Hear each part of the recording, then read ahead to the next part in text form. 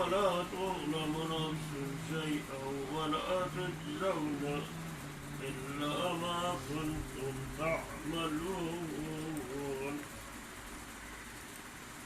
إن أصحاب الجنة اليوم في شغل فاكهون هم وأزواجهم في ظلال على الأرائك متكئون لهم فيها فاكهة ولهم ما يدعون. سلام قولا من رب رحيم.